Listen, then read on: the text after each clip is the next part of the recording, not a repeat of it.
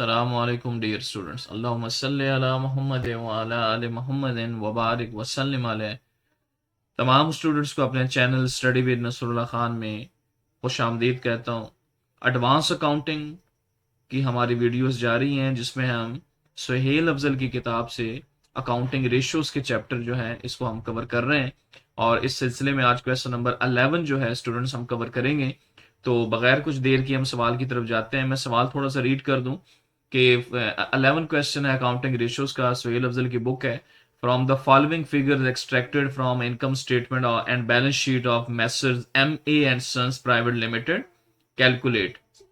हमें स्टूडेंट्स चार चीजें डिमांड की गई हैं जिसमें एक ग्रॉस प्रॉफिट रेशियो है, नेट प्रॉफिट रेशियो है, रिटर्न ऑन कैपिटल एम्प्लॉयड और इसी तरह return on share holder fund. Very important ratios हैं क्वेश्चन पॉइंट ऑफ व्यू से, एग्जाम पॉइंट ऑफ व्यू से।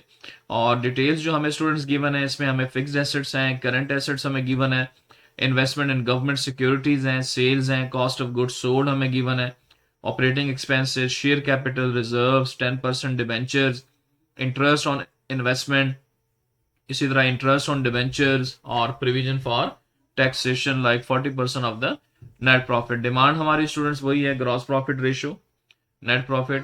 तो हम सबसे पहले शुरू करते हैं ग्रॉस प्रॉफिट रेशियोज के ऊपर। तो स्टूडेंट्स आप जानते हैं कि ग्रॉस प्रॉफिट रेशियो का जो मेनली हमारा फार्मूला होता है वो होता है gross profit divided by net sales multiply by 100। अब स्टूडेंट्स क्वेश्चन ये है कि how we find gross profit. There are a number of ways to find gross profit but the very easy way is that कि अगर हम sales में से cost of goods sold अगर अवेलेबल है माइनस कर दें then we get gross profit very easily. तो स्टूडेंट्स ये फार्मूला हम वर्किंग में शो करवाते हैं। Gross profit is equal to sales minus cost of goods sold, जो कि हमें गिवन है। आप देखें सवाल में हमें सेल्स ये गिवन है 10 लाख की, इसी तरीके से हमें CGS भी उसके साथ नीचे गिवन है 5,05,000 रुपीज का। तो स्टूडेंट्स हम इन दोनों का डिफरेंस ले लेते हैं, सेल्स में से cost of goods sold minus करते हैं तो the answer will be 4,95,000 which will be gross profit. तो स्टूडेंट्स इस आंसर को हम पुट करते हैं इस रेशियो के अंदर, तो ग्रॉस प्रॉफिट हमारे पास 4,95,000 आ गया।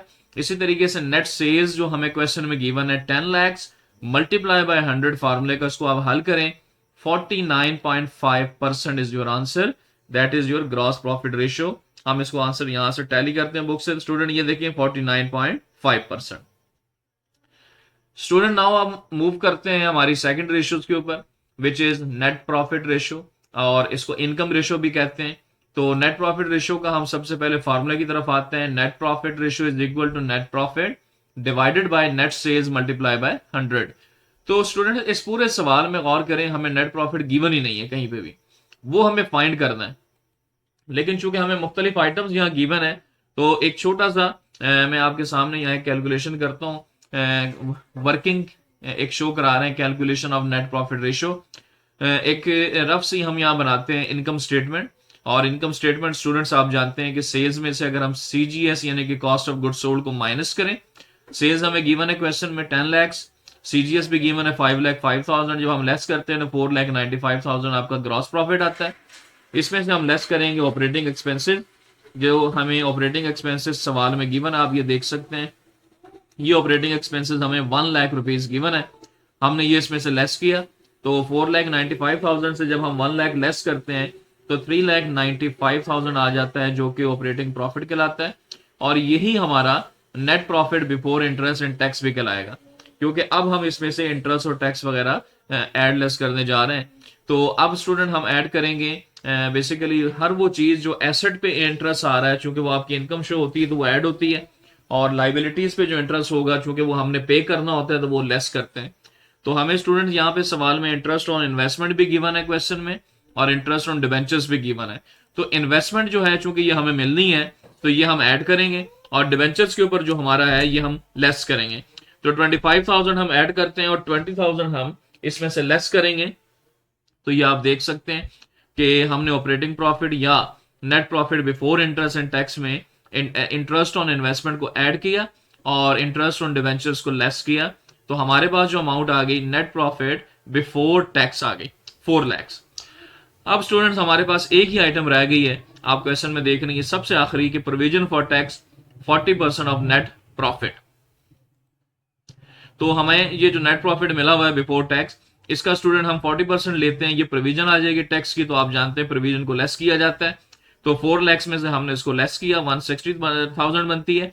तो रिजल्टेंटली जो हमें अमाउंट मिलती है वो 2,40,000, ये हमारा नेट प्रॉफिट आफ्टर टैक्स होगा। स्टूडेंट अब हम इसको पुट करते हैं नेट प्रॉफिट की जगह पे, तो नेट प्रॉफिट 2,40,000, और ये जो नेट सेल्स हैं जो हमें अवेलेबल है, ये क्वेश्चन में भी अवेलेबल है 10 लाख, हमने इसको इस पर डिवाइड किया, मल्टीप्लाई बाय 100 किया, तो हमें जो आंसर मिल जाता है विच इज 24%, और ये हमारा नेट प्रॉफिट रेशियो है। आप बुक से भी इसको टैली कर सकते हैं बी पे, ये देखें 24%। अब स्टूडेंट हम मूव करते हैं अपनी थर्ड रेशियो पे which is return on capital employed. तो हम यहां से अब ये स्टूडेंट देखते हैं कि इसका फार्मूला क्या है। रिटर्न ऑन कैपिटल एम्प्लॉयड का जो फार्मूला है स्टूडेंट ये दिया हुआ है, net profit before interest and tax. ये जरा ध्यान रखिएगा स्टूडेंट्स कि बिफोर टैक्स अलग है, बिफोर इंटरेस्ट एंड टैक्स अलग है। तो net profit before interest and tax divided by net capital employed. पहले तो हम ये देख लें कि net profit before interest and tax किस तरह निकलेगा। तो ये जो अभी मैंने आपके सामने पूरी नेट प्रॉफिट की कैलकुलेशन की और मैंने बताया, ये जो ऑपरेटिंग प्रॉफिट होता है स्टूडेंट, यही हमारा net profit before interest and tax होता है। आप देखें ना ये सारा एडलेस हुआ हुआ है, इंटरेस्ट वगैरह और टैक्स वगैरह, तो बिल्कुल बिफोर यही रह जाता है। तो ये जो 3,95,000 है, यही हमारा net profit before interest and tax होगा। ये देखें स्टूडेंट, हमने 3,95,000 यहाँ पे पुट कर दिया। अब हमने इसको डिवाइड करना है नेट कैपिटल एम्प्लॉयड के ऊपर। Then how we find net capital employed student, formula हमारे पास ये है कि net capital employed is equal to current assets plus fixed assets minus current liabilities. अच्छा, कुछ स्टूडेंट ये कहते हैं कि करंट एसेट और फिक्स्ड एसेट ये तो टोटल एसेट्स बन जाते हैं। हालांकि ऐसा कतन नहीं है, क्योंकि टोटल एसेट्स के लिए आप जानते हैं डेफर्ड कॉस्ट भी होती है, आप जानते हैं जो इंटेंजिबल एसेट्स हैं वो भी होते हैं। तो लिहाजा हमने यहाँ पे सिर्फ और सिर्फ करंट एसेट्स और फिक्स्ड एसेट्स जो हैं इनकी डिटेल्स लेनी है और इसमें से माइनस करनी है करंट लाइबिलिटीज ओनली। तो हमें क्वेश्चन में ये अवेलेबल है, आप देख सकते हैं जो हमें करंट एसेट जो अवेलेबल है इस सवाल के अंदर, ये देखें ये 2,50,000 है। फिक्स्ड एसेट भी हमें अवेलेबल है 9 लाख का, और जो करंट लाइबिलिटी है वो इस पूरे सवाल में नहीं मिलेगी। लेकिन एक चीज याद रखिएगा, ये जो प्रोविजन फॉर टैक्स है ये भी तो हमारी करंट लाइबिलिटी होती है। तो स्टूडेंट ये जो हमने कैलकुलेट किया प्रोविजन फॉर टैक्स 1,60,000, यही हमारी करंट लाइबिलिटी है। हम यहाँ पे इसको करंट एसेट और फिक्स्ड एसेट्स को ऐड करेंगे और करंट लाइबिलिटी को लेस करेंगे, तो रिजल्टेंटली जो हमें जवाब मिलता है वो मिलता है 9,90,000। हम इसको पुट करते हैं इस फार्मूले के अंदर, तो net profit before interest and tax 3,95,000 और नेट कैपिटल एम्प्लॉयड हमारा 9,90,000 है। मल्टीप्लाई बाय 100 हम करेंगे तो रिजल्टेंट हमारा आंसर आता है 29.9%। तो आप बुक से भी ये टैली कर सकते हैं, ये देखें 39.9% ये हमारा आंसर है। ये गलती से 29 लिखा गया, 39.9%।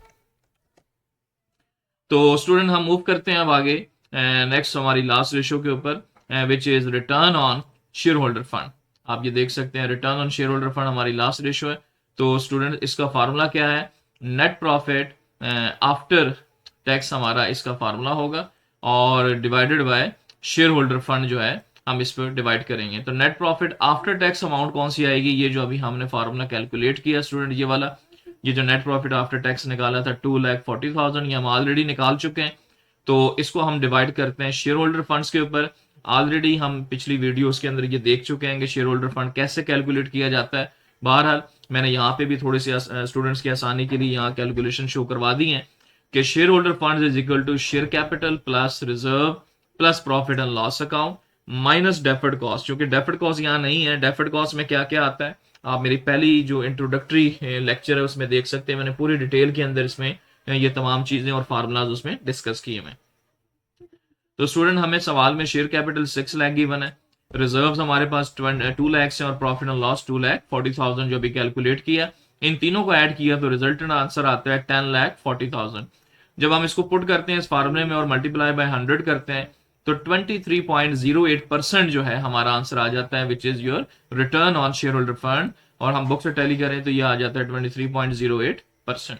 तो स्टूडेंट उम्मीद करता हूँ सवाल बहुत आसान तरीके से और इजी फार्मूला ट्रिक्स के साथ मैंने आपके साथ शेयर किया। उम्मीद करता हूँ आपको समझ भी आए होंगे। और अगर इसी तरीके से आप मजीद मेरी वीडियोस देखना चाहते हैं तो उसको देखने के लिए मेरे channel study with Nasrullah Khan को ज़रूर सब्सक्राइब करें, अपने दोस्तों के साथ शेयर करें, ताकि इस तरह की मजीद इंट्रोडक्टरी वीडियोस और इन्फॉर्मेटिव वीडियोस जो हैं आपको मिलती रहें। अगली वीडियोस तक के लिए मुझे इजाज़त दें। अल्लाह हाफिज़।